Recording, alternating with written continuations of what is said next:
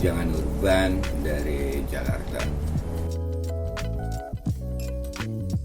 Kenapa anak Bujangan Urban dulu tuh pas zaman kuliah salah ngasih nama? Salah. Kasih namanya kenapa Mas dulu? Enggak, tadi kan harusnya karena dulu tinggal di pinggiran Jakarta gitu, tadi mau nulisnya Suburban gitu kan. Cuman Suburban. dari karena Oke. ini salah, tapi jadi lebih enak disebutnya. Oke. Jadi Sama dipakai orang aja. Indo gitu Bujangan Urban gampang gitu kan. Jadi itu awal mulanya karena salah kasih nama. Kalah. Oke. Sebenarnya itu part paling kecil dari karya gue yang sebelum-sebelumnya. Karena di karya-karya gue sebelumnya tuh gue banyak bikin teks segala macam. Nah, bunga itu tuh jadi part paling sederhananya, part paling kecilnya. Nah, Oh gitu. malah gue coba buat itu dari yang paling kecil itu jadi identitas yang mulai dilihat orang gitu. Dan sekarang jadinya banyaknya itu Jadi ikonnya terkenalnya malah ya? orang ngahnya itu. Oh, emang sebelumnya Mas selain bunga gitu Mas juga gambarnya apa? Dulu gue tuh biasa bikin teks, Teks. jadi kayak bikin puisi gitu di tembok jalan, kayak gitu-gitu, lebih banyak kayak gitu. Terus ketika gue melihat, aduh, ada part dimana kayak gue butuh hal yang lebih santai, nggak perlu mikir, ya gue bikin aja tuh bunganya. Gue ambil dari part karya-karya sebelum gue itu, oh ini part paling kecil tapi itu gue repetisi gitu, kayak ini sih apa modelnya tuh kayak ngomongin propaganda gitu. Kalau ketika itu diulang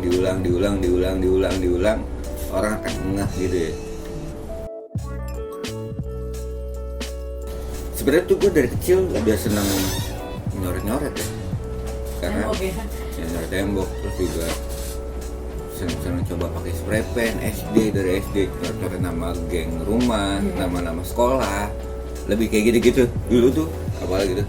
Terus pas ketika SMA udah mulai coba lagi, pas kuliah tuh gue masih nggak tahu itu yang gue lakuin dulu itu adalah graffiti. Tapi ternyata pas ketika gue kuliah tuh, ketika gue ngobrol sama teman-teman bisa ngomongin terus sejarah tentang graffiti, ternyata oh apa yang tagging lo lakuin dulu itu tuh ternyata tuh part dari graffiti sih. Menurut gue sih emang maksudnya masuknya tuh bukan yang udah dari dulu banget, tapi ada sejarah yang ngomong bahwa kayak ada part-part dimana ngomongin merdeka atau mati segala macam, itu udah salah satu bagian dari cara berkomunikasi street art. Tapi gua rasa tahun 2000-an lah di sini lebih baru-baru awal musik masuk ya. Tapi menurut gua jadi malah sekarang berkembang banget. Satu, semenjak adanya informasi cepat gitu kayak internet segala macam, perputarannya jadi lebih cepat, maksudnya informasinya harusnya jadi lebih cepat banget, dan menurut gue jadi lebih berkembang banget di Indonesia gitu. Karena juga emang menurut gue, dan kenapa gue bilang graffiti street art itu pesat banget, karena menurut gue kayak gue dari kecil gue nggak tahu itu tentang graffiti atau street art, tapi gue punya spray pen untuk nyoret nama apa. Menurut gue korelasinya tuh di Indonesia menurut gue deket banget, karena setiap tahun pasti ngelihat ada namanya coret-coret kelulusan, itu setiap tahun pasti. Dan itu semua anak sekolah punya pilok, dan semua orang tuh bisa jadi street artist atau sekalipun mereka bisa tagging segala macam. Apa sih orang tuh harus apa supaya bisa jadi street artist? Menurut Mas kayak gimana sih street artist itu? Kalau menurut gua dia harus tahu dirinya dulu sih. Dia harus tahu dirinya dia dulu, dia mau ngapain. Kalau masalah pengembangan image atau strategi di jalan itu bisa banyak belajar, tapi kalau menurut gua dia tahu dulu lo mau ngapain, dan dari situ lo bisa punya strategi untuk jadi street artist. Menurut gua banyak cara untuk jadi street artist, dan nggak perlu lo harus sekolah seni atau apapun, tapi banyak orang jadi bisa jadi street artist. Sebenarnya kan kayak ngomongin street artist adalah mereka tuh terus repetisi, dan itu mereka jadi terlihat. Ada beberapa perspektif sih menurut gue ya. Ada beberapa perspektif, tergantung lo mau di mana nih. Tapi kalau misalnya di orang-orang yang melihat itu bahwa itu wajar karena gambarnya mungkin udah jelek nih, diganti yang lebih bagus gitu, ada part di mana mereka bilang oh ini wajar nih kita karena kita mengganti gambar yang jelek jadi bagus, tapi ada di mana part respect lebih penting. Ketika ada gambar yang udah lama terus lu tiban, itu ada respect di situ. Terus menurut gua ada part di mana yang ini nggak bisa nih dilakuin, ada part yang ini kan udah jelek nih, gua memperbaiki lebih bagus.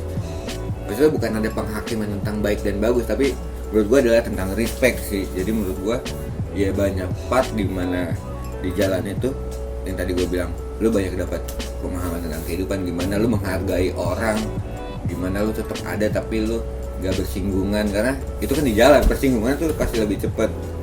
Dan menurut gue ya, kalau gue pribadi ya masih banyak spot-spot yang lain sih yang bisa lu pakai gitu menurut gue, dan masih banyak teman-teman lain yang bisa ngasih info di mana spot yang oke sih. Dikejar orang atau jadi masalah atau jadi apa, pasti itu banyak banget. Maksudnya perjalanan gue ngelakuin itu di jalan itu gue banyak banget nemuin hal yang lucu, yang menyenangkan. Terus juga karena aktivitas yang gue lakuin di jalan tuh jadi gue banyak belajar tentang ilmu kehidupan mungkin ya menurut gue, karena banyak part-part dimana gue bisa melihat perspektif, maksudnya perspektif hidup itu dengan cara yang lain gitu. Nah gara-gara di jalan itu gue jadi ngeliat wah seru sih.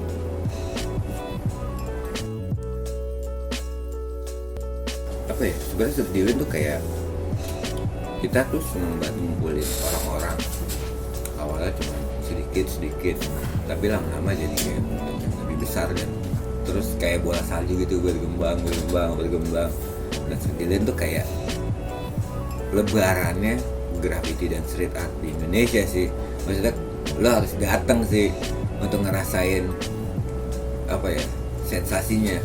Pokoknya orang-orang tuh udah ngomong tuh Sedilin tuh kayak lebarannya ini apa, anak-anak graffiti dan street art sih dari seluruh Indonesia tuh. Dan akhirnya sekarang tuh udah mulai kayak di Southeast Asia, terus ada udah mulai menyebar gitu, karena kemarin juga kita ngelibatin banyak negara untuk terlibat di situ, maksudnya artis-artisnya.